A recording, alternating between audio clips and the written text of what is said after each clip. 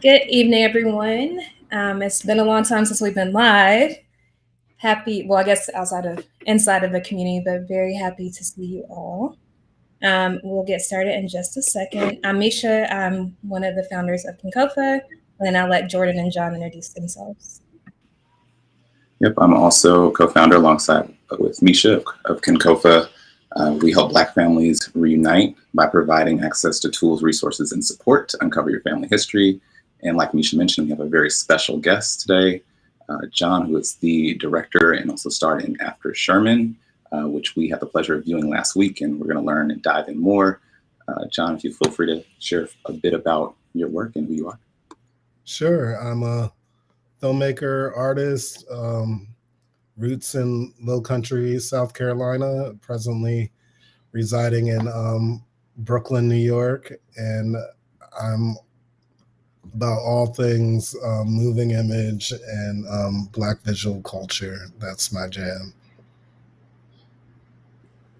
Awesome. So before really diving into the movie, you just mentioned that you have roots in the Low Country, South Carolina region. Can you tell us a little bit about your family, just to start? Like, what did you know about your family prior to making this film?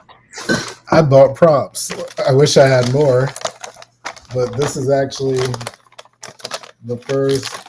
Sorry, it's a little blurry, but this is the very poorly constructed first family tree I made, I believe in the 5th or 6th grade, with the help of my then living grandmothers.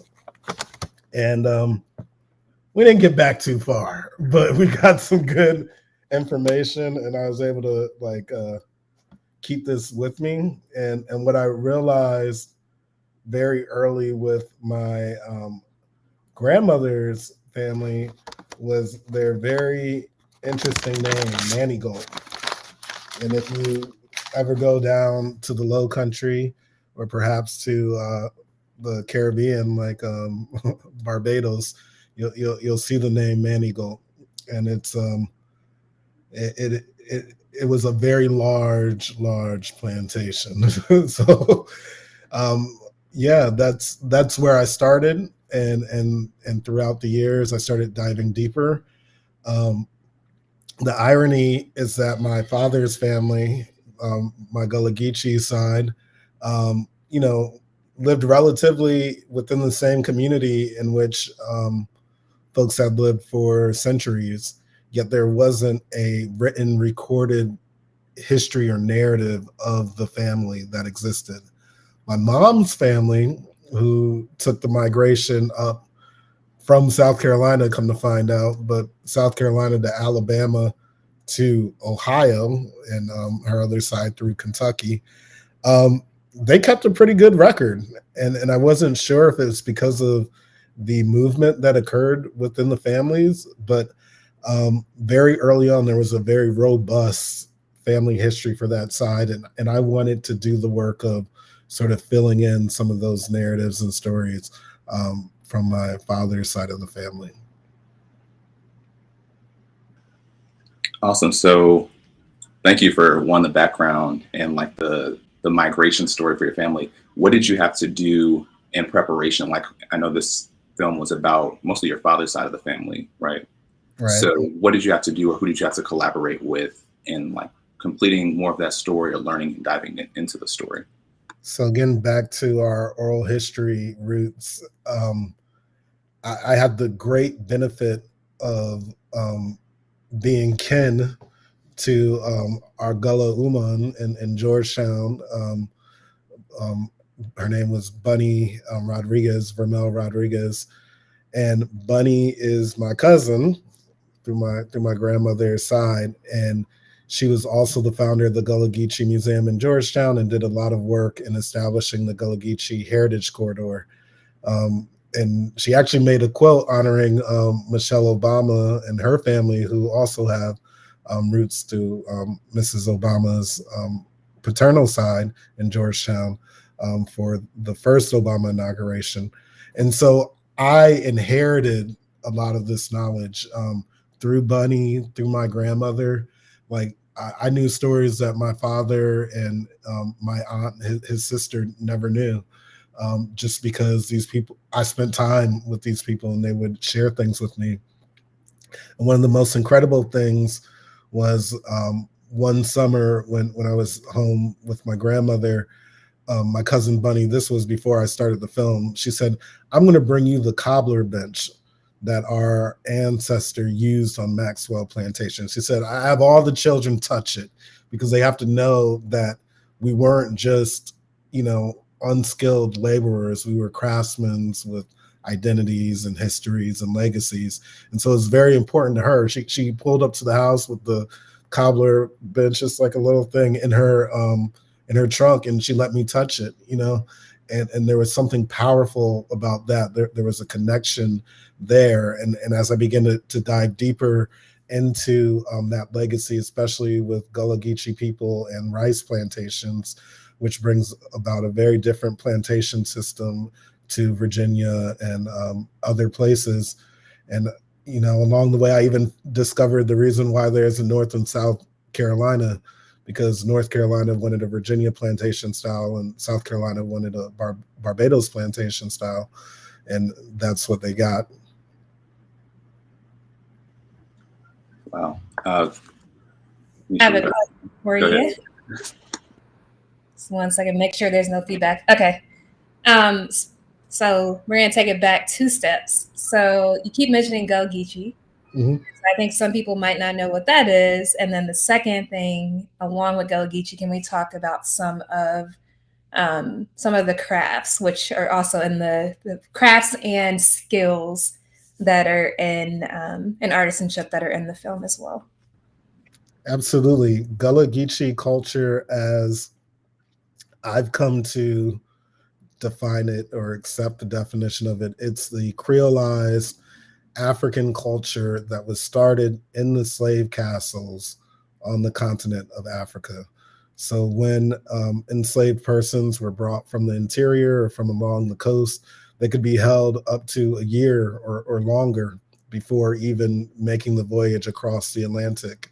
And so there was already a need to communicate across languages, across ethnic groups and cultures within Africa itself.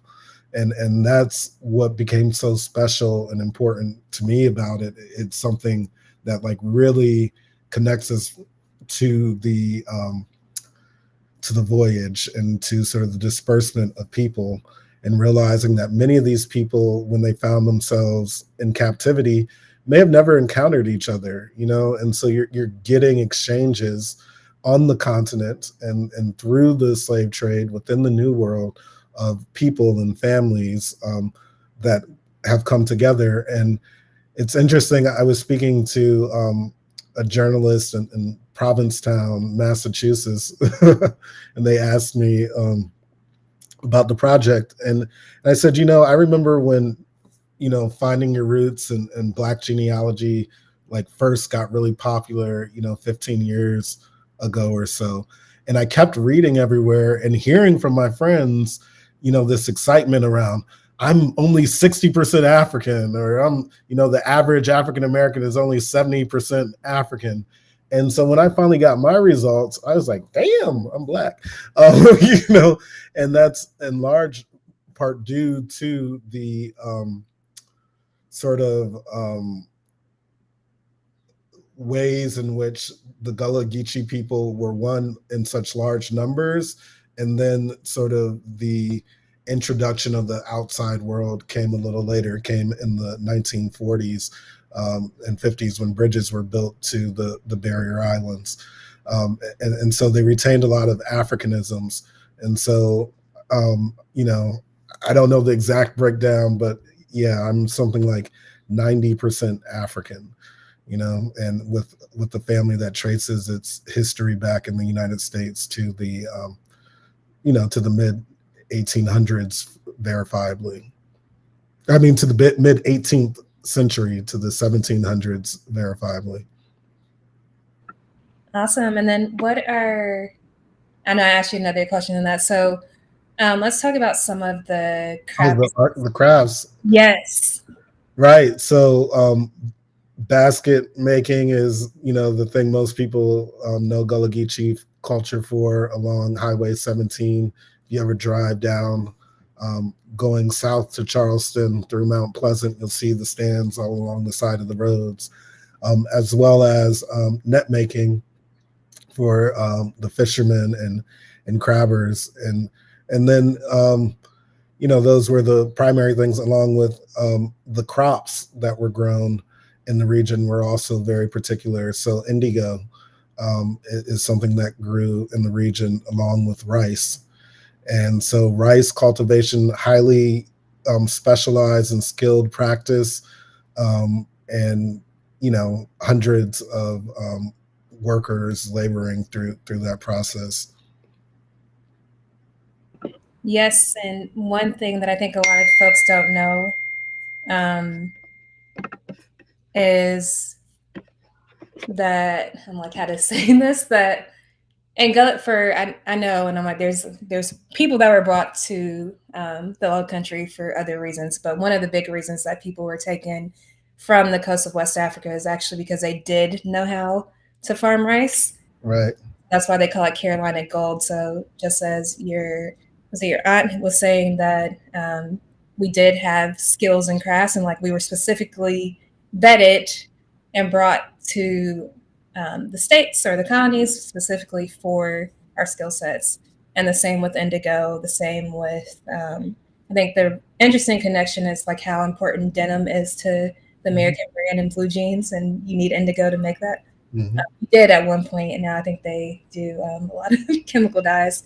And the same with the basket. So the sweetgrass baskets, you'll see them if you're in the Smithsonian, outside of if you're in the Low Country, actually have their origins in Africa as well, and specifically being made from the fibers of the rice husk. It's rolled and mixed with the sweetgrass. And there we go. I think it's important, like you were saying, like your aunt said, that to recognize that we did have skills. We're very skilled people. I think that translates to today. I feel like Black folks have a lot of different skill sets, and not just I feel like we're a people that do a lot of things because we've had to. And we do language exceptionally well. And so words like tote, that's a Gullah Geechee word, goober for peanut, These are things that just entered the American lexicon without really acknowledging its etymology. And so we're all up in the culture. Yes. And so you were okay. So one more thing that I want to bring back to Gullah Geechee, just talking about Gullah Geechee folks specifically. You spoke about. Are you familiar with some of the burial culture? Yes. Can you speak a little bit more about how just traditions around burials? Yeah, it's really complicated. The subject of Black graveyards. I know many people are working on it. I have a cousin working on it as well, especially in places that have become privatized. That's because the majority of African descendant people, like beyond Gullah Geechee culture, place their burial grounds near water. And part of that belief was that the spirits could fly back over the water to go home. And then another tradition that I discovered sort of in the process of making the film was that, young people in my family or people in my family when they were young, including my father, they would be passed over the casket, and that was a way of sort of connecting the living to the dead. And then also the ways that we tend for the grave sites, decorating, adorning them with, tokens and mementos of the person's life, the idea of a bottle tree. All of these things are wrapped up into Gullah Geechee African descendant burial practices. Yes. I would also talking about Gullah Geechee culture, because I think, and again, like a lot of people, I think, are just now learning that it's a thing, or have heard different things, or may look at the language as. I think it's interesting. The more I travel, the more I realize like that it's a pidgin or a Creole, or it's a vernacular and a language that actually, I feel like if Gullah Geechee people were to go to the coast of West Africa, would be able to be understood better than some of us. I've seen it myself, especially being Texan and then speaking fast and then going to West Africa. But I find that in the Caribbean and Gullah Geechee areas in West Africa, the accents are pretty much, I don't even like saying it's not an accent, it's the same. And I'm impressed by our ability to mesh all those things. With that, there's so many layers of stories that you could have told. So how did you decide to, well, going back to like how you decided to make the film, but like how did you decide which story you're going to tell and why the name After Sherman? Yeah, right before the Civil War, the coastal areas of South Carolina were over 85% African. Some estimates have Georgetown County closer to 90% African.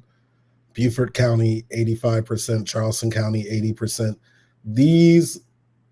It was not a pleasant place to be, with the exception of the Charleston Peninsula during some months. And it was very inhospitable to people. And so these landowners, these slave masters would set up these plantations and then go on. And so, like I said, you'd have essentially African villages from the maps that I found set up with the intention of cultivating rice in the region. And so once the Civil War came, it was a majority African region. And how do you incorporate those newly minted citizens into society? And for so long, we were told that it was a benevolent offering from the United States government, that they had offered the people whom they made human chattel 40 acres and a mule. But in reality, on the eve before Sherman made his field orders, 20 Black religious leaders went to go meet with him and made their demands. And so for me, it was recontextualizing this agreement from something that was given to us by the American government to a demand from the people, or from representatives of the people, that now that we are free, we must be dealt with as such. And so we know the inheritors of this legacy that that never occurred, and within years, the few people who were given land and those who had stayed and labored were subject to a new form of slavery through northern, businessmen who flocked down to sweep up the ashes of the South. Right. Agreed. I'm like, I don't have anything else to add to that one. And it's complicated because in South Carolina, what that means is you're dealing with both racism and private business interests. So the island in which my family's from, Cat Island and South Island off the coast of Georgetown County, it was purchased by Tom Yawkey, who owned the Boston Red Sox in the 1920s, and turned into a private hunting reserve. And so therefore, community disappeared, the graveyards became overgrown, and people can't get access to it to commune with the land in which their ancestors walked because of privatization.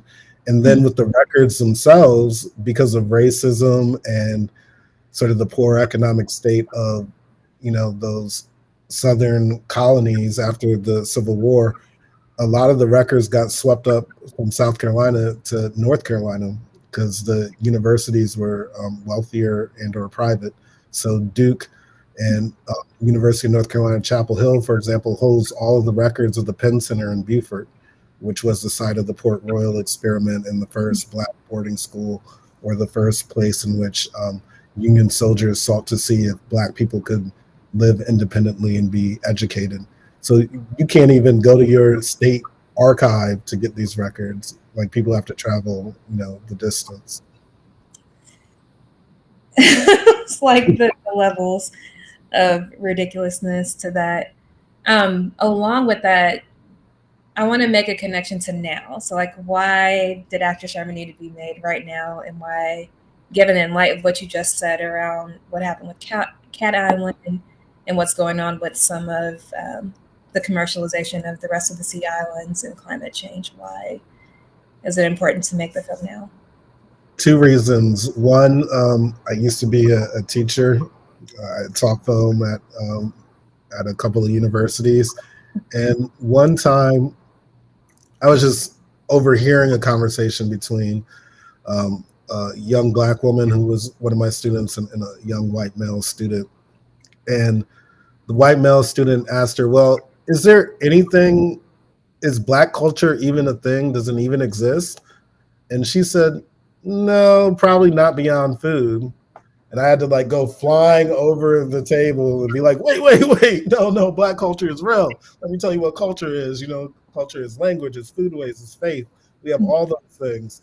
And sadly, even within the Low Country, when I started doing this work and I would make presentations to young people, I'd be like, in like Hollywood, South Carolina, which is like on your way to Edisto, south of Charleston, I'd be like, raise your hand if you're Gullah Geechee. Nobody would raise their hands.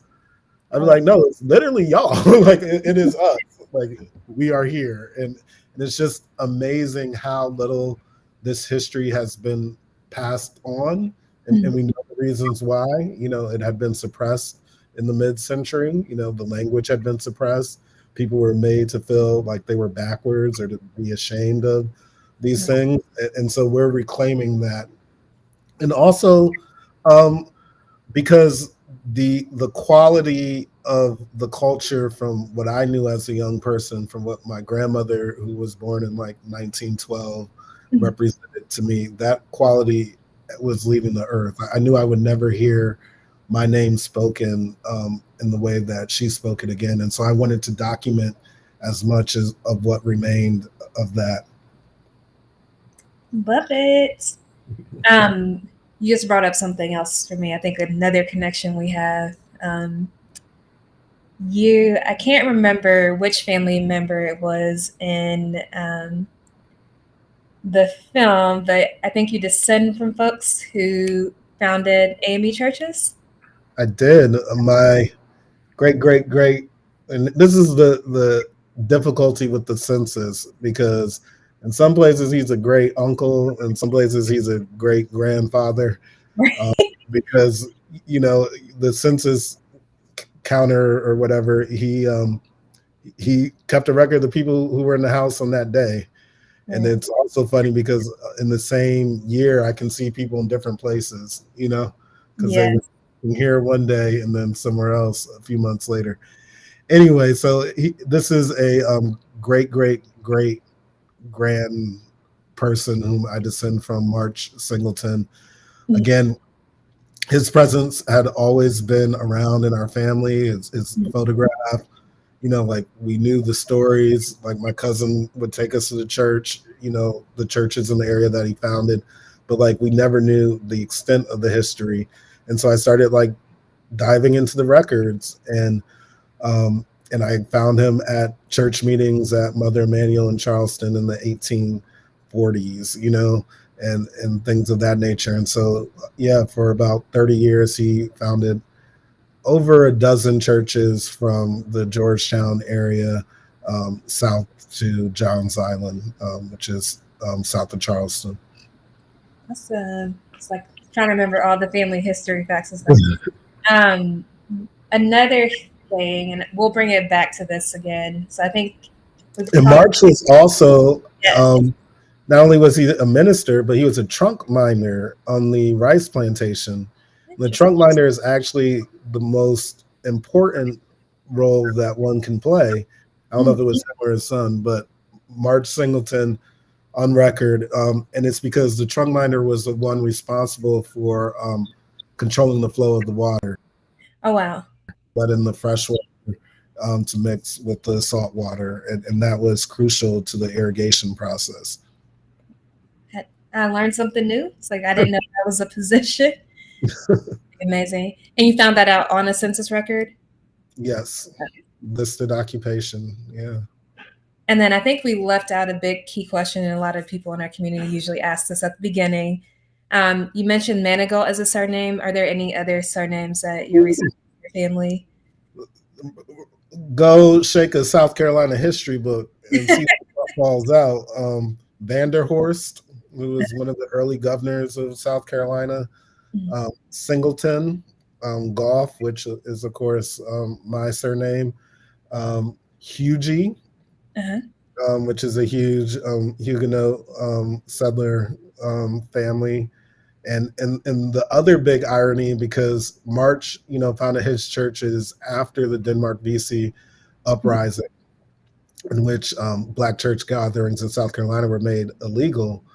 But the joke or the lore within the community goes that Denmark, on the eve of the revolution, had said to tell those French Negroes in Santee to rise up because they were too complacent, they were too comfortable, and there we go. But there's some deepness, and it's they're lucky Bunny's not here to call names, but there's a memory, even of the individuals and their families who sold out the uprising and what they inherited from their deeds, if you will. I mean, I think that's deserved, right? So Spencer, one of our community members, is saying that he has Singleton cousins. His third or fourth great uncle was a Singleton, and he reported in 1880 that his parents were born in Africa. It's pretty amazing. That is. In South Carolina, he says. And then I know that we have some other folks with Goff as a last name as well. And they're in the Carolinas and Florida, I believe. Yes. So. There's 2 Goff families, and they all have the same name, ironically. John and Benjamin Goff. John are the names between the men in the family, but there's 2. One is in the Myrtle Beach area, and the other one is south in Georgetown County. And are you named after any of them? I am. My first name, like I said, John and Ben. And that goes back for generations, at least 4 generations. It alternated between John and Benjamin Goff. So my grandfather was Johnny, and his father was Benjamin, and his father was John. And my mom didn't want me to become an adult named Johnny, so she shortened it to Jon. And my name is hyphenated Sesrie, so it's not my biological uncle, but certainly my uncle, who I'm named after, Sesrie Ford, is Gullah Geechee from, he's Gullah Geechee, but we believe his heritage is a bit more Seminole. He's the only other person we know with the name, and they're from St. Augustine, Florida. Speaking of Seminoles and Gullah Geechee folks, I think another thing that people don't know also is one of the largest revolts that took place. Can you speak more about the Gullah Geechee revolts and then the connection to Mexico? Or I can speak more about it. You might be able to speak better. I know of a couple of revolts, and I know that there's Gullah Geechee communities in Mexico and the Bahamas. There's recorded histories of people making the trip to the outer islands in the Bahamas, pre-emancipation.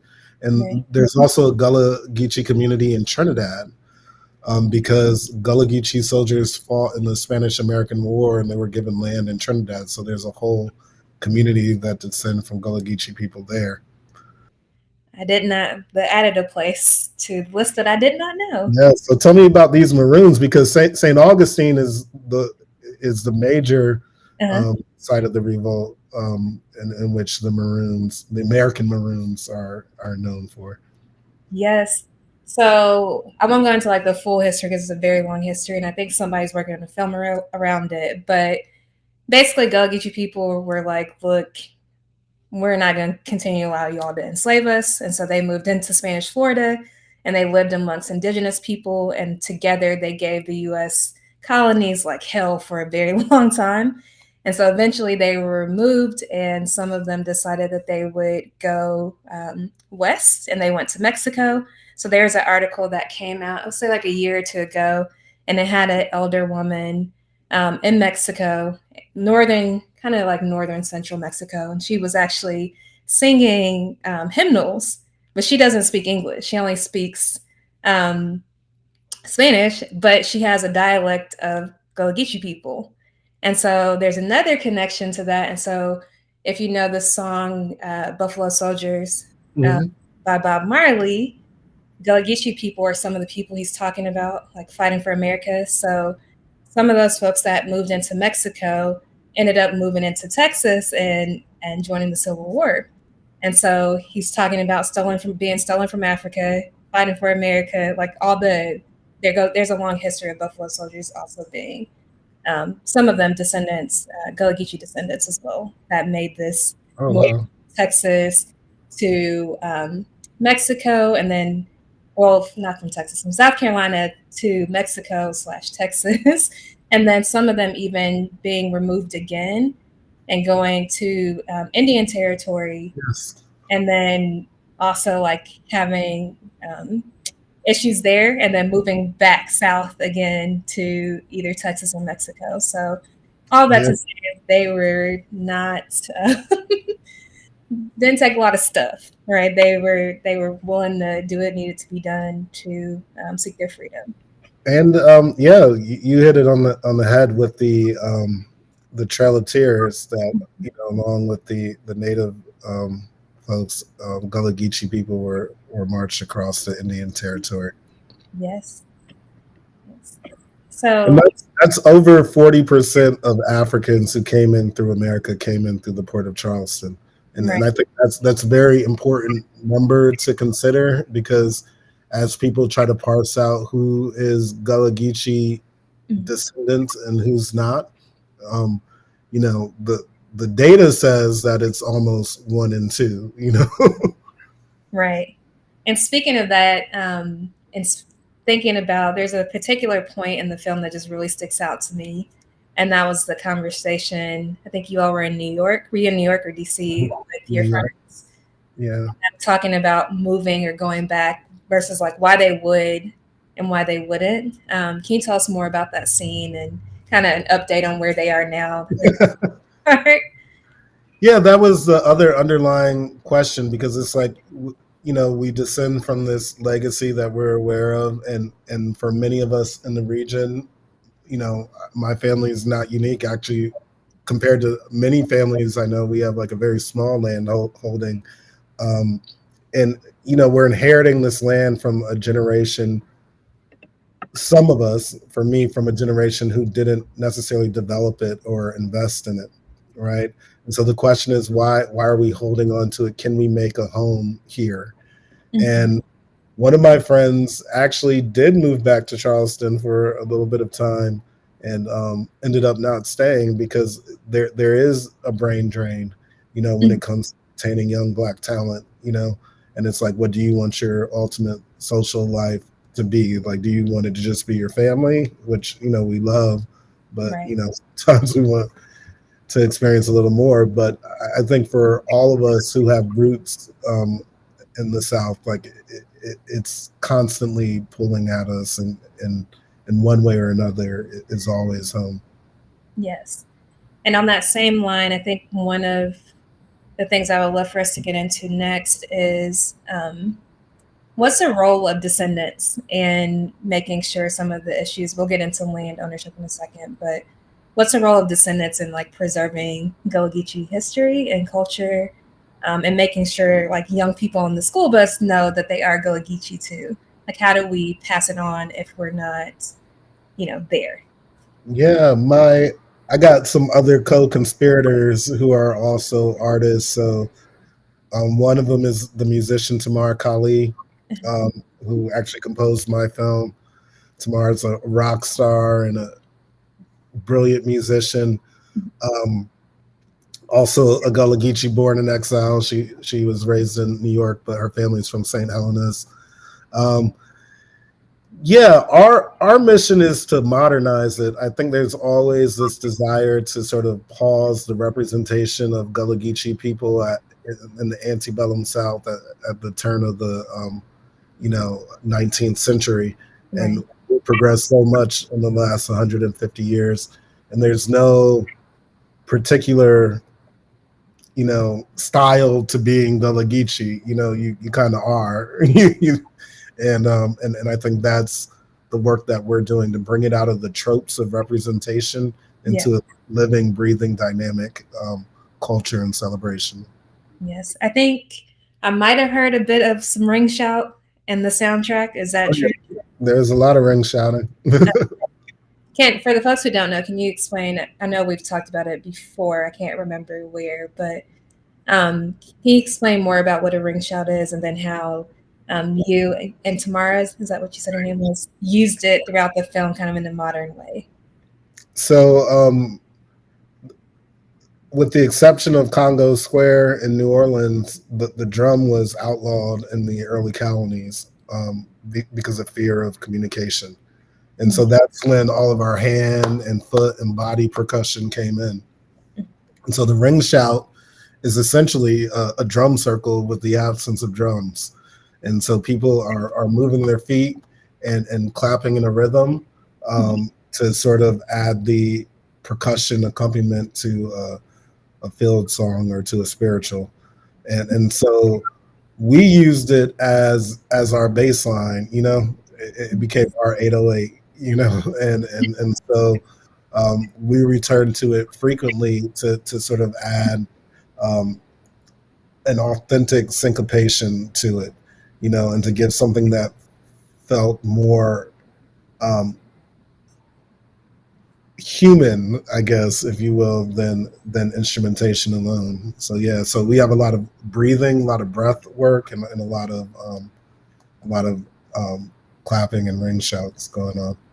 Yes, I think that was one of my favorite parts, just like trying to keep up with it. Because I'm just like completely, and now when I hear like ring shouting, I have to like stop everything I'm doing and just like focus on that. But I'm like, wait, I need to. And I think one of the other things in the film that you did really well was have like all the senses going. So I'm like listening. I'm trying to see the artifacts that you're showing about your family history and like the title slides, your voice reading, and then like capture the story and like hold on to this. I think you did a really good job of appealing to like multiple senses. And with that, I'm gonna ask you more about the process of making the film. Um, Again, like take us into like who are some of the historians are that you featured, and like their role in, because I think another thing, and I don't know why you made this decision, you're in the film, but you're not in the film. So how did you decide on what to show, who to feature, and like who are some of those historians that are there? Yeah, I think when we realized how many voices and contributors we had and that we didn't want to let any of them go, we realized it had to be a choral piece, had to be like the voice, the responsive reading part of the of the service. Everyone's voice is included. But the historians we spoke to, before I even picked up a camera, and she doesn't appear in the film, but I spoke with filmmaker Julie Dash, who was at the time working at the Avery Center at the College of Charleston. And I was like, before I start this work, I need to be in conversation with people who have done this work in the field that I'm attempting to do it in, so that I'm not duplicating efforts, but sort of continuing their work. And so I spoke with her, and I spoke with the painter, the Gullah Geechee artist, Jonathan Green. So that's before I even picked up a camera.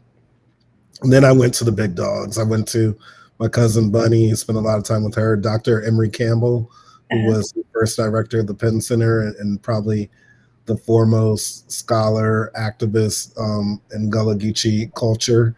I spoke with Elijah Hayward, who's a collaborator and participant in the film, who's also a theologian and a scholar of American history and American studies, and my dad, who is also a theologian and historian in his own right. And so those are some of the backbone voices, but then there's community members who offer expertise and knowledge, beyond the scope of an area of research or study. And I think those were the most valuable voices and contributors we've had, just folks and families who were willing to share their story. And although I don't go into details in purpose in the film, in part to protect people, even I don't even go into detail about my family's land, because we had cousins in Chicago who sold some land up from under us in the past year, and trying to litigate that because they're 2 generations removed. And so they're like, we've never been there. We have no connection to it. And there was honestly a belief, and it exists beyond my family, that, you can get a better value from someone outside of your family or a non-Black person. And so you've got a lot of things happening in terms of what people are sharing. And then I had to determine, as sort of the conduit and the steward of these stories and histories, like how much is for public consumption, given that so much has already been lost and used against us. I really had to protect those families. Yes, like it's layers. I was like, one, to start with a lot of joy before we get into the pain of land loss. But one thing that I think, well, before we get into like just issues of land, but can we speak more about Ayers Property before we get into the scenes about Ayers Property, and kind of what you were just mentioning with your family? It doesn't have to be in context of your family, but let's talk about Ayers Property. Ayers Property, I always knew I had it, and I didn't understand what it meant until I started this process. And very thankful for the Center for Ayers Property, which does work in the Low Country, but all across the South, and helping low-income families, get a clean title for their Ayers Property, but also working with U.S. foresters to make recommendations for land use. So it's both ecological, economical, and environmental, what's happening there. In the context of my family, my grandmother and her siblings did something very unique in the 1940s. They legally divided their land. So what had been Ayers Property for, at that point, 80 years, since the 1860s, became a clean title for each living descendant. So I believe there were 5 of them at the time. And so from 1940s on, it's Ayers Property all over again. So rather than sharing it with our 3,000 cousins, we're sharing it with 30 cousins each, that's still sort of the complication. And so really Ayers Property is just another way of saying land that has been deeded to all descendants equally without a clean title. Yes. And so I think one of the scenes that, outside of like the scenes with your friends and then the conversation with your friends, I think the second scene that sticks out to me the most is the auction. And I was just like left completely unsettled by that, and just the way that whole thing went down. I'm sure there was like way more to it, but I think the cuts of it just left me like really upset. So you mentioned the Center for Ayers Property, and then you mentioned, can you talk more about the auction scene? I'm just trying to figure out what was going on. I was like, is it cut that way, or did they really do that? Because I saw them. That's really what happened. Yeah. So the Penn Center has been working for decades, through Dr. Emory Campbell when he first became the executive director in the 80s. And even local community members prior to that had been informally working to speak up in the absence of family members when land goes up to a public tax auction, and stating that this is Ayers Property. Please let us work with the family members to work out their thing so that they can have an opportunity to keep it in their family. And so that's what we see unfold in the film. And to backtrack a bit, so much of history and events enacted by the outside world intersect in this film. and I could have probably made a film about each one of them. And because it intersects with the tragedy at Mother Emanuel, the shooting, the murder of 9 church members, people thought that was going to be the most dramatic incident in the film, and it was the most heartbreaking moment that we lived through. But when we started to review the footage over and over again, we were like, wow, this tax auction and this land loss is something that happens. It's very small, and it happens all the time, every year, every county, and this is like the real tragedy. And once we were able to land on that, that helped us structure the rest of the story. But what you saw is pretty much what unfolded. The Penn Center made a request, because that's all they can do, that people not bid on the land. And then you see a woman stand up and say, we borrowed money on the land, and that's why it's bank owned. We have the money, like to get it back. And then it just goes up for a public auction. And I couldn't help but feel or experience like just the disregard that the other bidders had for this woman and her family, and how easy it was for their own economic interests to separate this person, this family, from their roots, essentially from their history. And it just felt like a slave auction. Like there was very little humanity. And I think as much as people want to celebrate Gullah Geechee culture in the Low Country, that doesn't translate to love for Black people. That doesn't translate for respect for true American history. You know, it's better as an idea. You know, like there's a shopping center down the street from where my parents live, in Georgetown County, in Pawleys Island, and the shopping center street is called Gullah Geechee Way. There's not one Black-owned business. You know, it's like a tanning salon and, you know, dry cleaners or something.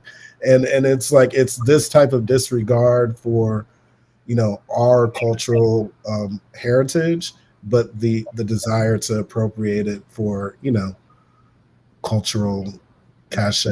Yeah. Right, to draw people there. Right. Right. To look at Jordan, if you wanted to ask anything. Yeah, I mean, you spoke earlier about the importance of like retention and reclamation of Gullah Geechee culture. I would love if you can connect the importance of that same reclamation or retention of land ownership, and like what's kind of wrapped up in that. What happens when you lose it? What happens when you retain that family land? Yeah, when I first started this project, this was before the shooting at Mother Emanuel. I started the project in 2014. Part of my underlying joke was that this was a reclamation of my Southern heritage and my Southern pride, trying to, you know, put my own spin on the phrase. Because the other thing that you find out, you know, and we all know this, you know, especially in highly creolized places, it's like everyone's interrelated at some point. And so, you know, the number of people who could join the daughters or sons of the Confederates if they chose to, you know, who are Black. and what does that mean? You know, and so I felt like we all know the terror and trauma that exists at these sites, but I also didn't want to, you know, throw the baby out with the bathwater and just be like, because of this pain, I'm going to ignore all that's beautiful that we created, you know, and that's often the sense that I get in the place, that this is a testament to Black ingenuity and creativity and labor. Absolutely. Yes. Just one other thing. So, as a result of your film, what would you like to see happen in terms of efforts to support land retention or land ownership? So those who maybe like yourself return to, you know, their place of origin or their familial place of origin, and maybe exploring what sort of reclamation opportunity exists. What would you like to see happen after people watch this film? I'd like to see a retention of Ayers property, and the smart development of the corridors that have been underdeveloped because they are overwhelmingly Black. So the Grand Strand, in between the Grand Strand and Mount Pleasant, like the suburb of Charleston, is primarily nature reserve, but it's the last, waterfront grab in the Low Country, and that happens to be where my family its land is, and so of course I want to see it develop to an extent, but I also want to see an acknowledgement of the past, because it's not enough to have different interpretations of history. Like we have to have a common agreed upon language and an agreed upon foundation for our civilization, and I think you can't do that without the presence of Black folks, and so retention of land, education, public education, through public sites, and also development. Like we were not given the opportunity to develop, our Atlantic Beach, which was the Black beach, and Myrtle Beach. Like they came in and essentially bulldozed the Black people out, and there have been efforts for many generations. And like, even if you think of King Street in Charleston, how many Black businesses are there? Like that's what I hope. I hope that we can have that conversation. It's very simple. It's like nothing about us without us, and you can't profit off our culture without including us in sort of the economic benefits and trials of being, owners of the space. Yeah, I agree. I guess as we're coming towards the end, I'm curious, or there was a question in the chat earlier about where people can watch your film next, for those who haven't seen it yet. Yeah, we're actually playing on Tribeca Online, Tribeca Film Festival Online through this week. And then the film will continue to travel to film festivals. We're hoping to bring it to more community spaces. I believe yesterday or today, there's a screening at the Houston African American Museum of Culture, and so spaces like that, we're trying to bring it to churches, and then next summer it'll air on PBS, and so we'll definitely share that date with everyone. Congrats. Thank you. Some last burning questions, and then you can feel free to ask us a question too if you'd like. For folks who are, this is something we talk about a lot, like not just archiving our family and like not just looking at records, like how would you encourage people to get started and like maybe making a film or some other kind of art with their family history? And then a second question to that is, you mentioned how important oral history was to you making the film. Would love to have some of your top tips. Yeah, they kind of go hand in hand. My first step is start recording oral histories. It doesn't have to be with a video camera. It could be with your cell phone. It could just be a voice memo. Record the stories of your family. Every family has a story, and that's for sure. And it's the way that we tell it. And when we hear it over and over and over again, that's when it becomes solidified. And then pay attention to keepsakes. One of the biggest hints I found in my family's lineage or genealogical search was a newspaper clipping that my grandmother had saved from when her brother died in like the 1930s. Her brother, Phoenix Singleton, beloved by the whites and Negroes alike. And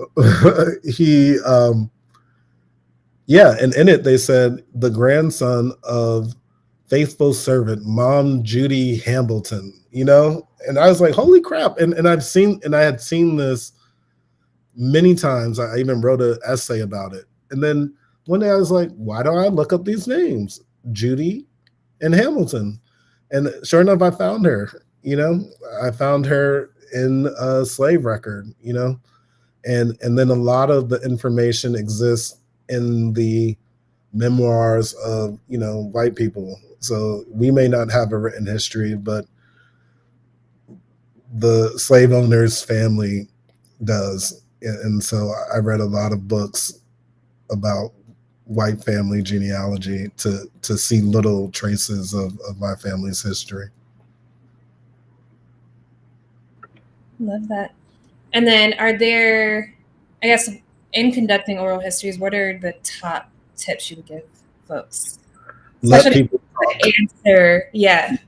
Don't plan an afternoon. Like it's not a 1 hour situation. I feel like if you've only talked to someone for an hour, you're just starting the conversation. And so, yeah, set aside 2, 3, 4 hours and like really let people share stories, whatever they want to share. And you never know where it may lead. Yes. And so our last question is, this is another 2-parter. How can people keep in touch with you and support you and follow what you have going on? And then the last thing is what's your big takeaway? What's the big takeaway you want us to have from the film? Yeah. You can definitely follow After Sherman at After Sherman on social media. I'm at JON Genius. And you can subscribe for our newsletter on our website, aftersherman.com, and we'll share updates through there as well. I think the main takeaway, the original title of the film was After Sherman, semicolon, or how to look back on history and not be ashamed. And I think the major takeaway, and we've got to get comfortable in talking about it like as a fact. For those of us who are descended from slaves, here we are. Like smiling, melanin popping, in all of our beauty, despite the horrific events that our people had to go through. And I think that above anything else is worth celebrating, like more than land. I think the resilience and perseverance of the human spirit, of the Black spirit, of the African descendant spirit is something that we should all cherish and just know that, there's very little that we can't accomplish together.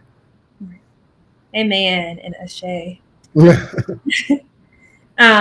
I will let Jordan wrap us up. We have 2 minutes, and I'll let Jordan give the church announcements. Well, thank you again, John, for joining and for making this film. For those watching now or later, definitely check out After Sherman. You can stream it currently this week on Tribeca's website. Definitely encourage you to check that out. And After Sherman. Also, you follow us, kinkofa. So this week we're our Jubilee Week, which you can join us tomorrow. We'll have a conversation with the chairperson of the California Reparations Task Force, Camila Moore. So definitely be sure to tune into that. You can register at Luma, that's lu.ma/Jubilee. And also we are launching the kinkofa platform this week, which allows you to reconnect with kinfolk.